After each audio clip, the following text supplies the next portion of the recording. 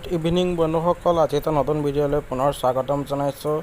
আজি চাওক আমাৰ গাঁৱত আগফালে কি কৰি আছে, মাটি খান্দি আছে, পাইপলাইন বহাব ইয়াত